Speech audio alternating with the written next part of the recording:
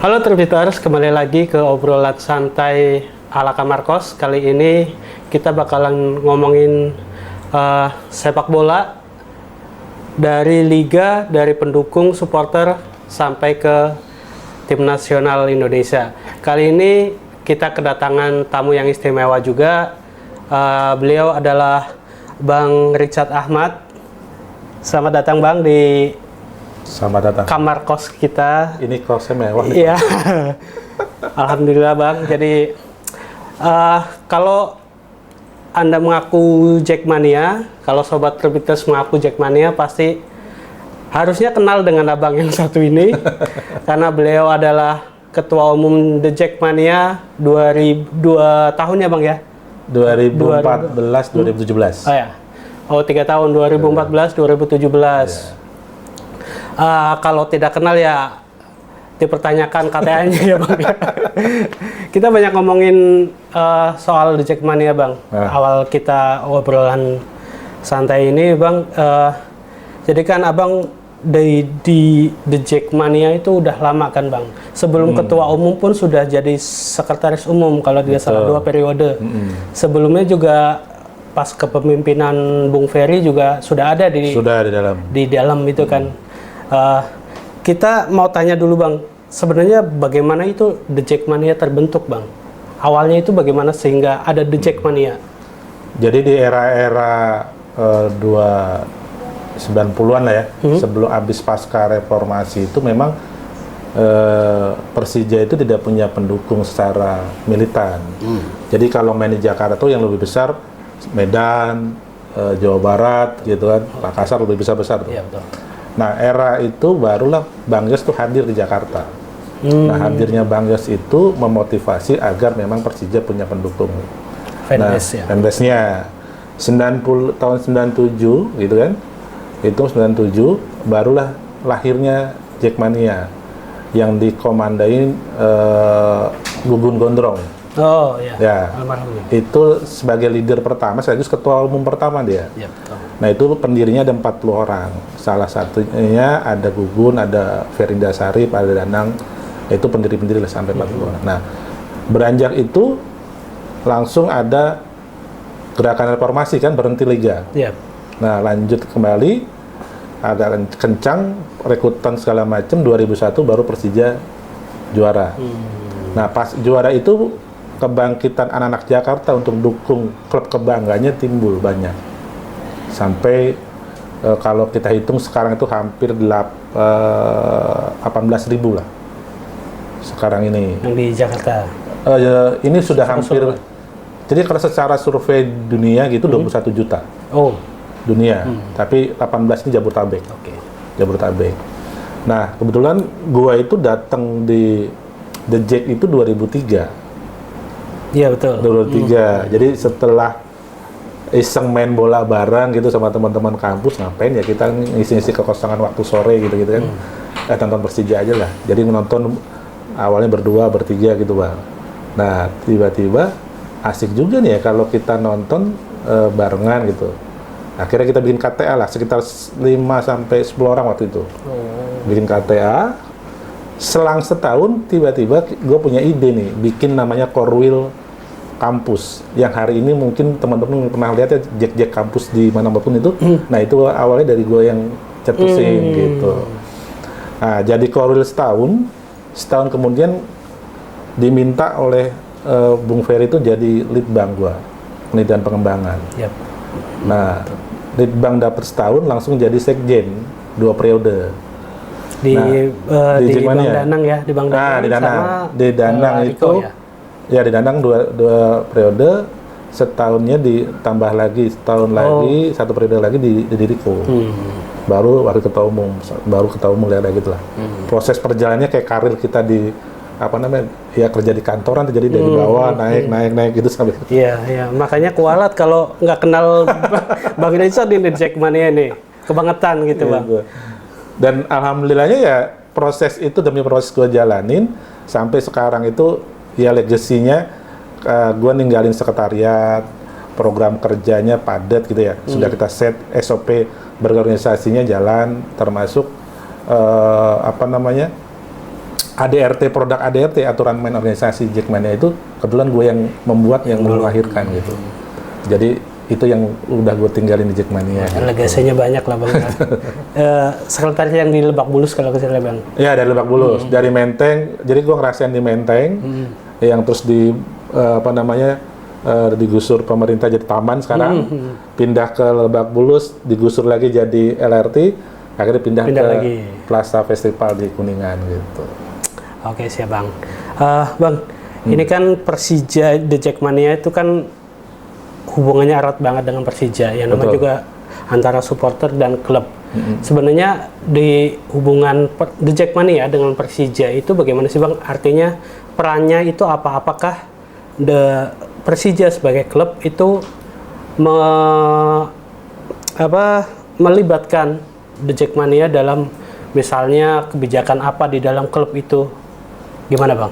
Jadi kalau hubungannya gini, hubungan antara manajemen, jadi kan ada tiga.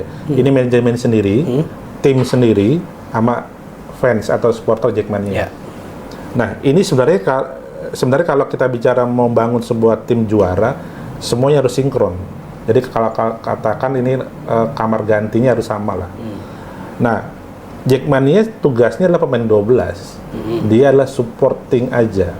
Dia harus nyanyi 90 menit, dia harus kasih kritik, kasih segala macam. Artinya secara dia langsung adalah pemain itu datang dan pergi, tapi fans atau pemain ke-12 adalah stay di situ, tidak pergi. Nah, kemudian kan kalau kita tarik apa fungsinya fans ini dengan klub kan gitu ya. Jadi pada saat gue di Litbang, gue ngajarin teman-teman itu setiap akhir musim nih, hari seperti tahun-tahun ini nih, teman-teman Litbang tuh sudah bikin angket atau survei gitu. Survei agar memang manajemen bisa menentukan langkah berikutnya dan menyiapkan tim gitu. Jadi selain manajemen punya evaluasi, jadi fans juga punya evaluasi. Nah, dari dasar angket atau survei di internal kita, di internal member, itu kita serahkan ke manajemen. Ini loh, ternyata kekurangan kita pemain depan. Sebenarnya si Mick ini harus diganti, katakan gitu, atau harus carikan partner. Dasarnya apa? Ini punya angket. Ini loh, misalkan Dol ini terlalu strateginya itu aja nih. Dia nggak berani explore misalkan gitu. Apa kendalanya? Mungkin tim analisisnya nggak pas. Kan gitu. Nah, itu dasarnya dari itu. Nah, itu yang kita dorong untuk supaya tim berikutnya sudah siap dengan catatan itu gitu. Dan sampai sekarang masih berlaku? Itu masih jalan gitu. Jalan. Jadi perannya juga besar juga ya Bang ya? Ya, dalam menentukan kebijakan manajemen, menentukan kebijakan klub gitu ya Bang? Jadi hari ini kan di dunia tuh banyak perkembangan fans itu bermacam-macam, teori dan juga retorika latar belakangnya. Ya, tapi kalau di Indonesia itu lebih cocok kita dengan mania-manianya lah. Bukan berarti gua anti ultras dan anti apa gitu ya. Tapi Indonesia itu cocok dengan mania. Kenapa kalau cocok? Kalau kita berdasarkan mania, silaturahminya jalan, komunikasinya nggak harus pakai gontok-gontokan.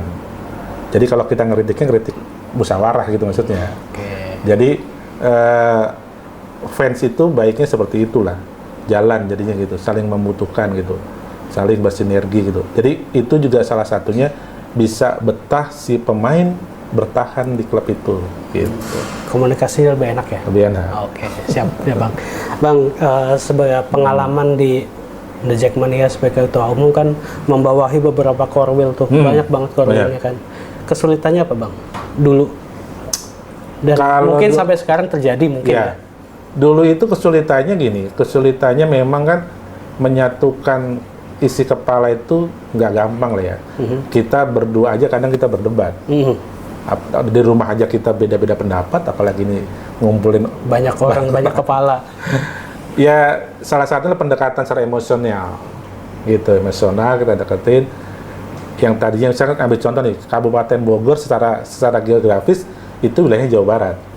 Iya betul. Iya. Hari ini kenapa Kabupaten Bogor itu dapat 12.000 member? Kan jadi pertanyaan. Iya. Nah, sekarang kalau kita ambil contoh, meruianya aja nggak sampai 10.000, gitu kan? Artinya ternyata orang-orang dulu di Jakarta ini bergesernya jauh ke sana, tapi dia ingin nih diakui yakin bahwa dia masih eksistensinya, bahwa dia masih orang Jakarta. Nah, dengan cara dia jadi member Jackmania. Nah, itu pendekatan bangun di sananya itu cukup luar biasa tantangannya, karena wilayahnya bukan wilayah Jakarta. Beda provinsi. Tapi sekarang dengan era keterbukaan, The Jack itu sudah di mana-mana. Ya. Gitu. Ya, itu yang saya lihat di misalkan Bojonggede, Depok, Citayam gitu kan Bang ya. Itu malah lebih banyak The Jack kan daripada yang klub-klub Jawa Barat. Mungkin karena geografisnya lebih dekat ke sini mungkin ya Bang ya. Satu itu, kedua memang teman-teman yang di sana itu juga ternyata kayak Puncak katakan gitu ya. Ternyata ada teman-teman yang di sana itu kerjanya di Jakarta. Oh iya. Jadi misalkan mereka Senin sampai Jumatnya di Jakarta, weekendnya dia pulang gitu. Nah, itu menjadi historis sendiri, ada ikatan emosional yang akhirnya bangunan itu terjadi di sana gitu. Oke, berarti kuat juga ya Bang ya. Wah, jadi kalau ngomongin Jakarta, ngomongin The Jack itu kalau setiap korwil kan dia punya jati diri, punya hari lahir gitu ya, harlah lah. Jadi mereka itu teman-teman, sambil contoh ada korwil yang kayak kemarin di Cengkareng contohnya, ulang tahun, besar-besaran, buka bajar booth segala macem, terus gue starnya tip X. Itu modal sendiri, maksudnya. Jadi teman-teman anggota itu satu orang dikenain tiket. Jadi kalau kita nonton konser musik di sana, udah ketahuan nih kita tinggal beli tiket gitu. Tapi kan teman-teman ini dia yang memanage, dia siapin acaranya, harusnya dia enak-enak hari ulang tahun, tapi dia harus bayar lagi tiketnya, kira gitu ya. Sampai itu baru Cengkareng. Ada yang di Bogor, selain tip X itu dia pernah ngundang Sheila on 7 terakhir. Tapi kalau kita hitung secara logika kita gitu, ngapain sih supporter pakai begitu-begitu gitu kan? Gitu. Uangnya besar. Uangnya besar, tapi itu sebuah kebanggaan mereka gitu. Gitu.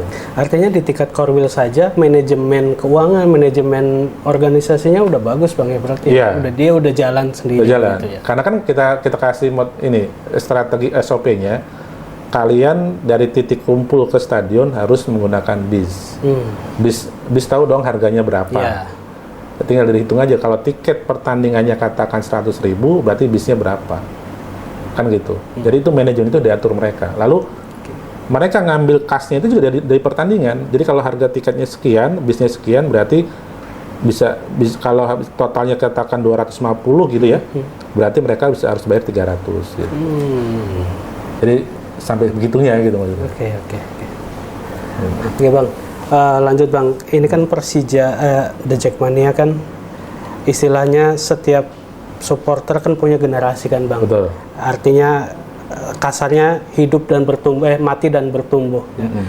Dari generasi dulu sampai generasi sekarang, abang melihat udah dari awal abang di The Jackmania sampai sekarang di luar, walaupun di luar pasti tetap masih peduli, masih melihat kan.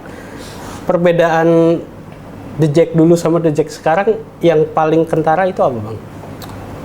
Kalau dulu itu mungkin ya, waktu kita mendirikan Jackmania itu penonton perempuannya hanya 1. Oh. Kalau sekarang Jack Angel udah banyak. Jack Angel, oke. Bahkan para influencer ikut nonton. Nyari. Iya, betul. Jadi itu perbedaannya, satu. Kedua, kalau dulu kita konvensional gitu ya, daftar anggotanya, tiketnya gitu, sekarang udah online gitu, udah member kita juga bekerja sama dengan beberapa produk gitu kan, jadi di merchandising gitu. Nah itu ya makin kesini harus maju lah kira-kira gitu. Bang, ini kan fenomena The Jack Angel kan fenomena yang sebenarnya dari dulu belum ada sampai sekarang di dalam stadion itu sekarang penuh. Tidak hanya The Jackmania yang laki-laki, tapi The Jackmania perempuan yang kita namakan Jack Angel itu kan sebenarnya fenomena lebih baru lagi ya Bang ya? Baru ya, di era 2000-an lah ya, 2000-an itu memang penonton perempuannya sedikit itu. Jadi waktu itu kan timnas Piala AFF lagi bagus-bagusnya, ada BP, ada Ponarjo, ada Samsairuddin, ada Firman Utina, Hamka Hamzah, dan seterusnya lah. Nah, perempuan-perempuan ini kan nonton timnas, teriaknya hanya gantengnya aja kan gitu ya, sampai hari ini sebenarnya gitu. Betul. Nah, dari itu kita pindahin nih ceritanya. Jadi gue tuh ketemu sama teman-teman London School. Jadi masih ingat ada nama Nindi, ada Gea dan seterusnya gitu. Gue tanya, lu suka pemain siapa emang? BP lah, Bang Richard gitu. Oke. Emang tahu tinggalnya BP di mana kan gitu ya? Nggak tahu. Klubnya apa? Nggak tahu gitu. Klubnya ada di Jakarta gitu ya. Klubnya di Jakarta, Persija gitu. Mau nggak kalau mau foto-foto nggak gitu kan gitu? Oh mau. Nah, pada saat tim ini lagi latihan, kita datengin mereka nih. Jadi gua ngeracuninnya gitu. Datanglah mereka. 2 mobil, 3 mobil, 5 mobil gitu kan. Terus anak-anak mahasiswa UI yang perempuan-perempuan juga sama gitu. Dari situlah datang stand kan teriak-teriaknya nggak pakai tawa pun mereka udah kenceng kan gitu ya. Nah dari situlah lahir banyak perempuan yang akhirnya menjadi penikmat sepak bola. Sampai mereka skripsinya gue yang bantuin gitu, bantuin dalam pengertian bimbingannya, terus S2-nya ngambil sepak bola juga gue yang bantuin kira-kira gitu. Dan akhirnya itu berkembang dengan sendirinya. Sampai sekarang itu banyak ya influencer segala macam yang tadi disebutin, para artis juga banyak yang datang ke stadion. Satu sisi emang dia pengen tahu sejauh apa menikmatnya. Tapi ada juga yang memang pro dan kontranya gini. Nikmatin nonton bola apa sih, nungguin bola gol misalnya gitu kan. Cuman orang tuh girohnya adalah dak-dikduknya gitu kan gitu. Yang akhirnya fenomena perempuan yaitu Jack Angel itu makin banyak di stadion gitu. Artinya itu juga dibentuk ya, perlu dibentuk ya, tidak sekonyong-konyong ya. Oke, siap. Sampai kemarin tuh gue terima telepon lagi, ternyata rombongan anak UI yang tadinya udah lulus, sudah kerja di mana, dia ingat lagi menonton sepak bola. Karena ternyata dari luar negeri dia baru pulang ke Indonesia sama temennya menonton lagi bola gitu. Sip. Bang, boleh diminum dulu Bang kopinya Bang. Terima kasih banyak ini. Kayaknya masih panjang kita obrolan.